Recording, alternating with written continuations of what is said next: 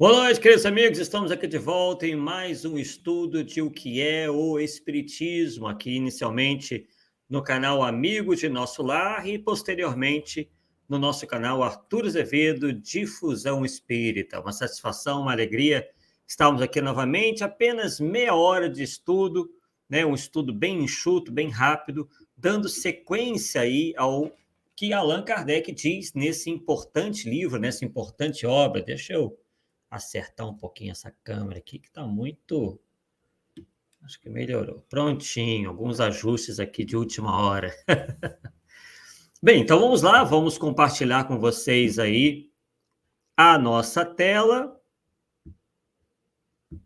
Prontinho, assim fica melhor, não é mesmo? Bem, então paramos, pessoal, na parte onde Kardec está defendendo o espiritismo daquilo que as pessoas acham que seja o espiritismo. Aliás, é algo que nos deparamos até hoje, né? Muita gente confundindo o espiritismo com praticamente tudo, né? E com a infelicidade de colocar o espiritismo em situações ou dentro de práticas que ele absolutamente não abraça, não ensina, né? Não tem, às vezes, qualquer ligação. Então, paramos justamente aqui nessa frase, né? Onde Kardec vai apresentar para a gente uma situação. Vamos acompanhar. Um espírita, meu amigo, assistia um dia a uma representação de Macbeth, quer dizer, de William Shakespeare, né? Ao lado de um jornalista que ele não conhecia. Quando chegou à cena das feiticeiras, ele ouviu o vizinho dizer: Belo, vamos assistir a uma sessão espírita? É justamente o que precisava para o meu próximo artigo. Vou saber agora como as coisas se passam.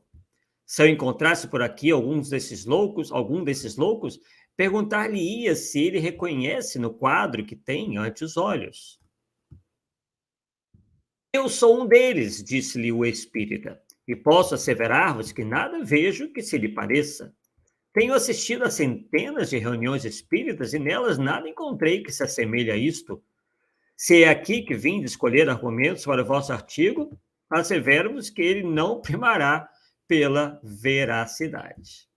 Então, né, vimos ali o espírita que saiu do lado ali do jornalista, que já estava todo assanhado, achando que em determinada cena onde apareceriam feiticeiras, ele se defrontaria com uma autêntica sessão espírita. Então, vemos aí, pessoal, a completa desinformação, né? As pessoas realmente, por vezes, elas se metem a criticar ou a analisar coisas que não conhecem. Então, foi o caso desse jornalista aí, e a gente vê isso se repetindo várias vezes, né? Não só em relação ao espiritismo, mas a vários outros assuntos que as pessoas se metem a analisar como se fossem especialistas, como se estivessem acima aí da ciência, acima dos estudos, né? Criando provas que não existem, né? Criando não, defendendo provas que não existem, que estão só no papel. Então, nós temos realmente, enquanto humanidade, muito a crescer. A mentalidade geral ela é ainda muito limitada. Isso desfavorece o conhecimento verdadeiro, não é mesmo? Então, vamos lá, vamos prosseguir aqui no comentário de Allan Kardec, que é justamente sobre isso que nós acabamos de falar. Muitos críticos não têm bases mais sólidas. Sobre quem cairá o ridículo, a não ser sobre aqueles que caminham tão estonteadamente? Realmente, né, a gente pode comparar essa postura a alguém que está completamente tonto na história toda. Eles não sabem para onde vão, eles não sabem, né, o que falam. Falam qualquer coisa e acham que está certo sem que tenham aí nenhuma base mais sólida para dizer aquilo, ou afirmar aquilo, ou mesmo negar alguma coisa. Quanto ao espiritismo, diz Kardec, seu crédito, longe de sofrer com tais ataques, tem crescido pelos reclamos que lhe fazem, chamando para ele a atenção de muita gente que nem sequer nele pensava. Os reclamos provocaram o exame e contribuíram para ele aumentar o número de adeptos. Pouco se reconheceu, então, que, em vez de brincadeira, ele era coisa séria. Então, é claro que, quando não é uma coisa séria, aquilo vai cair por conta própria. Se o espiritismo realmente fosse essa falsidade toda que alardeavam já naquela época, não teria sobrevivido, não teria, inclusive, chamado a atenção de tanta gente capacitada, tanta gente ilustre no ramo do conhecimento, né? Já naquela época na França, como até hoje, né, no Brasil. Infelizmente, o que temos notado é o desinteresse de muita gente acerca do espiritismo em função, né, dos caminhos que o movimento espírita, principalmente o movimento espírita brasileiro, andou tomando.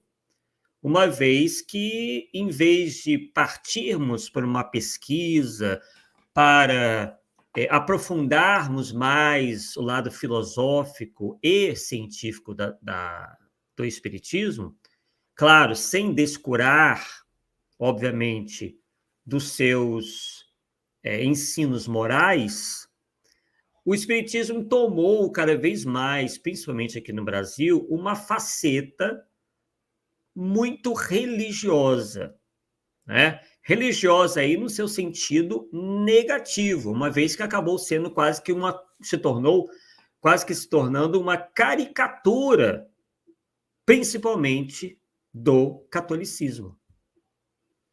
Né? Isso, obviamente, tem aí grande participação naquele que foi o primeiro cisma do espiritismo, que foi o rustanismo. Foi a partir do rustanismo e a partir de rustenistas brasileiros que se começou aí com a questão das obras mediúnicas tomarem ou adotarem uma posição em um espaço que, na verdade, não deveria ser tão grande quanto é. Não somos aqueles que são contrários completamente a obras ditadas pelos espíritos. No entanto, o que ocorreu foi que a coisa correu muito solta. Inclusive a partir da própria Federação Espírita Brasileira, que desde o seu início teve contornos anti-espíritas, uma vez que adotou concomitantemente às obras de Allan Kardec, as obras de J.B. Rustem.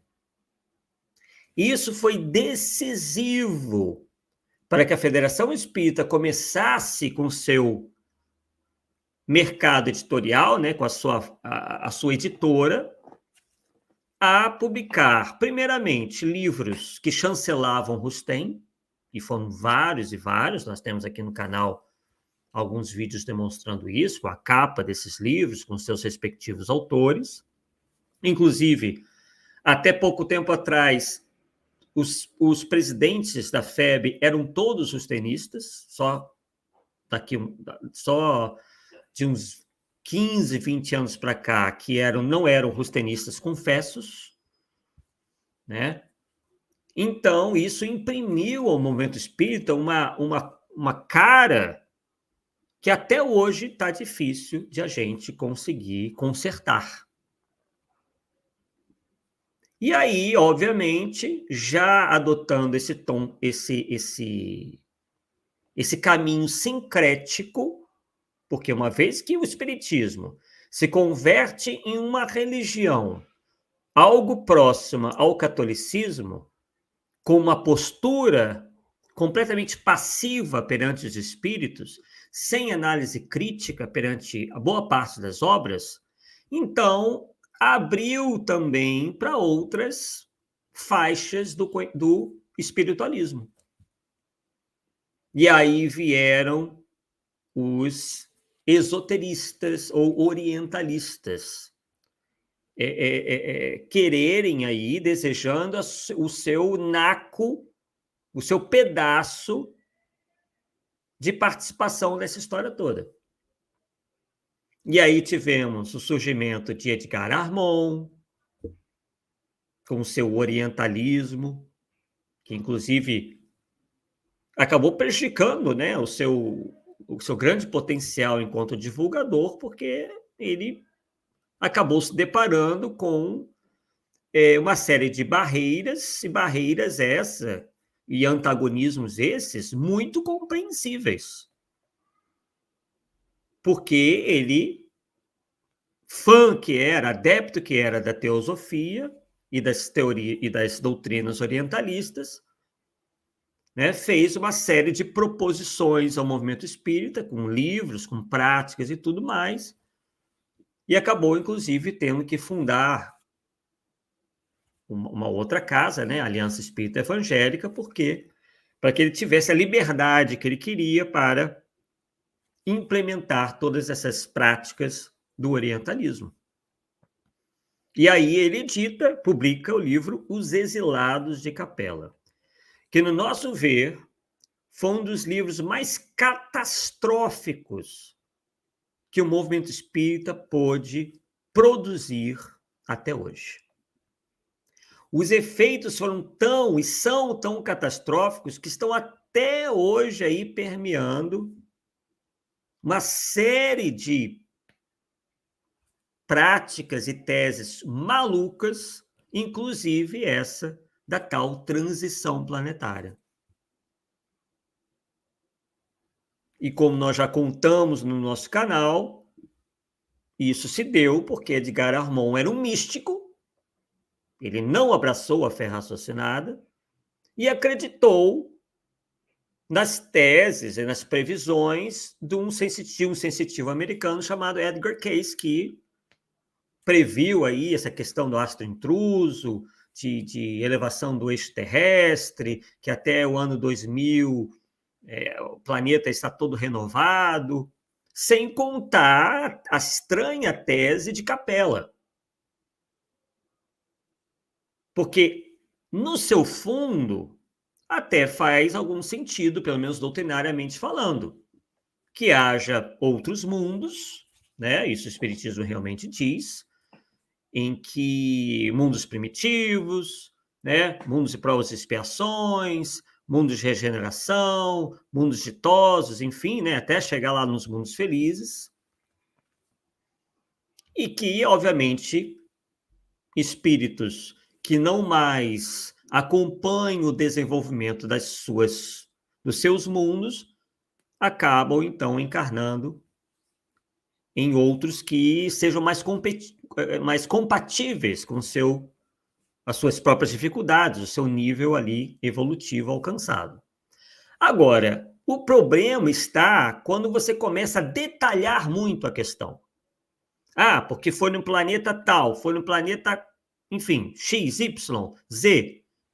E aí começa a se dar guarida, começa a se dar espaço a toda sorte de histórias completamente fantasiosas, imaginosas. Por quê? Vejam, a obra de Os Exilados da Capela veio lá pelos idos de 1930 e poucos.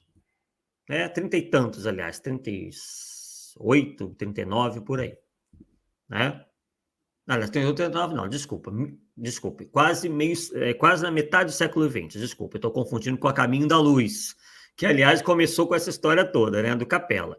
Foi em 1949 que Edgar Armond veio com esses detalhamentos aí, que ele já pegou carona no Emmanuel. Já começou por aí. Emmanuel cita um planeta que não é planeta, porque não existe planeta nenhum em Capela, né? No sistema de Capela não abriga planetas, não há condição nenhuma de abrigar planetas. Então ele já começa com esse detalhamento, que aí o Edgar Armond pega e já linka com as histórias que ele conhecia da teosofia, que nós já tratamos aqui. De onde que Helena Blavatsky tirou isso, né? Enfim, nós contamos isso aí tudo para vocês. Aí ele tira e já linka, ele já liga Atlântida com Capela. Aí começa. E o que nós estamos vendo hoje dos falsos Kardec's, não só ele, né? Ele já vem seguindo aí toda uma tendência, né? Ele é resultado de tudo isso que a gente está vendo aí. Né? Dessas fantasias todas, dessas histórias sem pé nem cabeça, que não tem lastro nem doutrinário, porque não é confirmada por pelos espíritos de maneira geral, e nem pela ciência. Tem vários furos científicos aí nessa história toda. E aí, lá nos Exilados de Capela, ele já importa todas as explicações de Helena Blavatsky da teosofia acerca da origem do mundo, das raças. Não tem nada de espiritismo ali, não tem nada de científico ali. Lemúria, Atlântida, raças estranhas. Cadê onde é que estão os rastros genéticos dessas raças todas que ele e a Madame Blavatsky citam nos seus livros?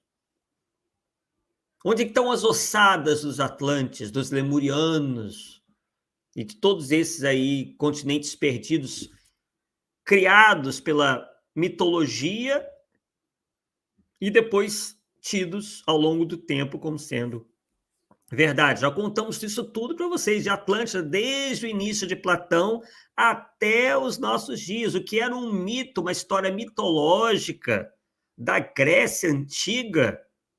Os espertalhões, ou os ignorantes, né?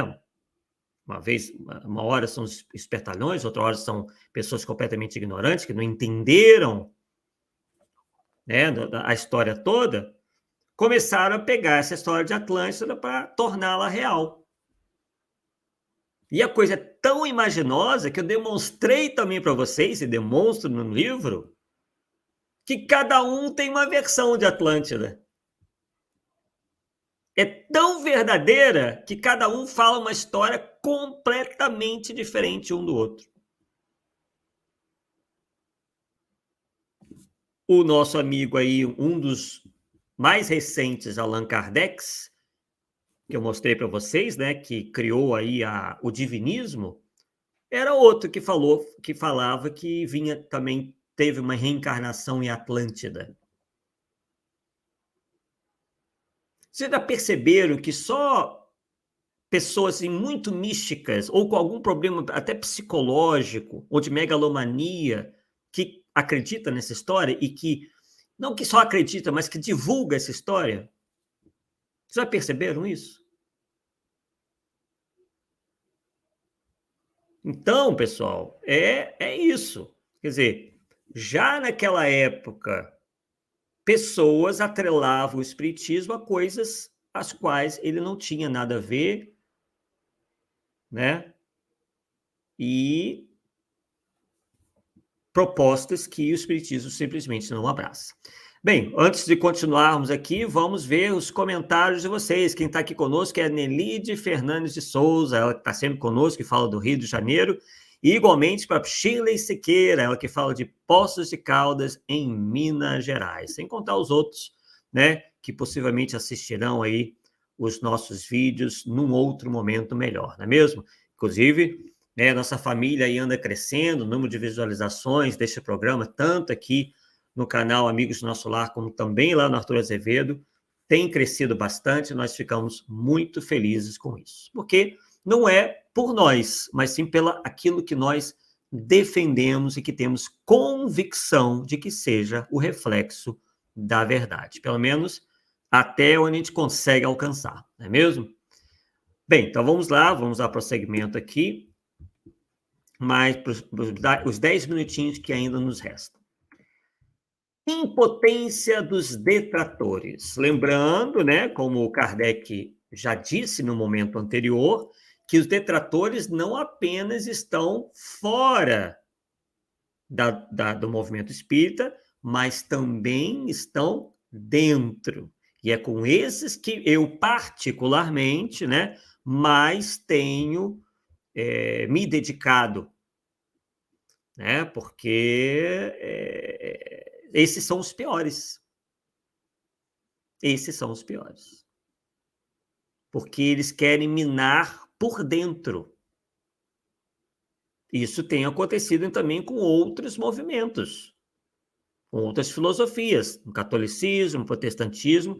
Temos visto que eles também sofrem processos interinos, né, internos, de tentativa de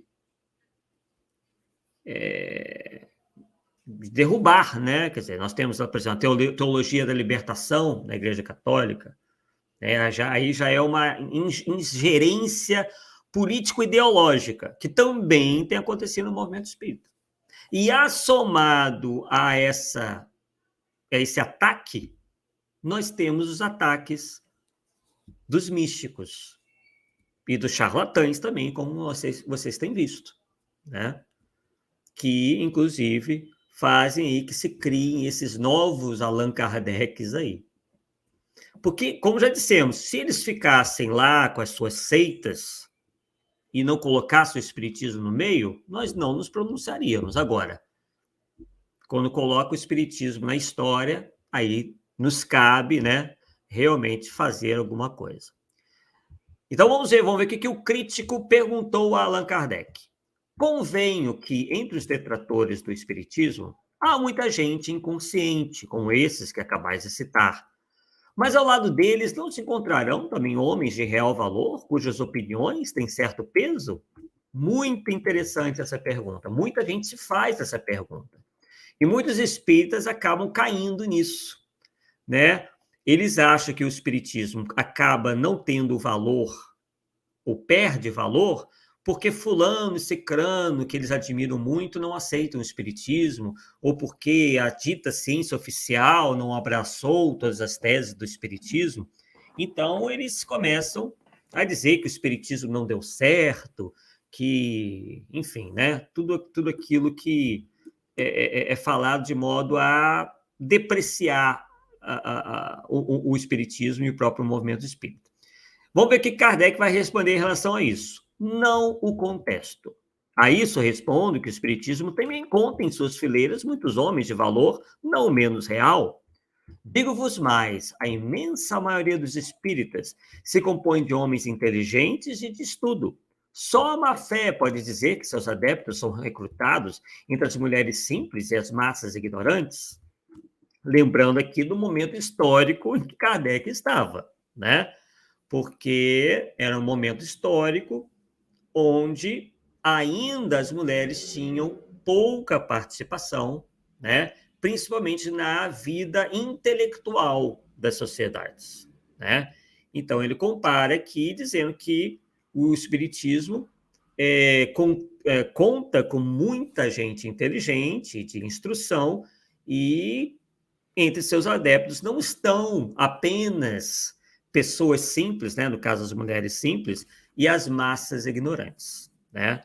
Aliás, muito pelo contrário. Inclusive, esse perfil continua até hoje. O IBGE confirma que o perfil do espírita é de uma pessoa com o maior número de anos de estudo, né? Um perfil socioeducacional, econômico mais alto. Mas por quê? Né? Porque traz respostas mais adequadas à inteligência. Principalmente para aqueles que não se deixam dominar apenas pela fé. Eles não querem ter uma fé pela fé, mas sim uma fé mais racional, mais raciocinada. Muita gente já, pelo menos, às vezes, já traz essa tendência, ou, através mesmo da sua vivência, começa a atinar, né, de que as explicações das teologias que tem por aí têm muitos furos. Ontem mesmo, Paulo Neto, lá no Polêmica Espírita, demonstrou as várias inconsistências do texto bíblico, tanto do Antigo quanto do Novo Testamento, por várias razões. E a razão principal, que inclusive nós ressaltamos lá, se trata justamente do atraso intelecto-moral da humanidade naquela época. Não, isso é plenamente natural que houvesse tantos furos. O fato de um espírito como Jesus ter encarnado entre nós não quer dizer que toda a sua grandeza moral e intelectual fosse transmitida para as pessoas. Eram espíritos ainda muito simples, ainda mais dentro, vivendo um contexto histórico na Terra, onde praticamente nada do que nós conhecemos existia. Né? Então, o que se podia esperar, né, dos textos bíblicos escritos por homens tão ainda limitados em conhecimentos?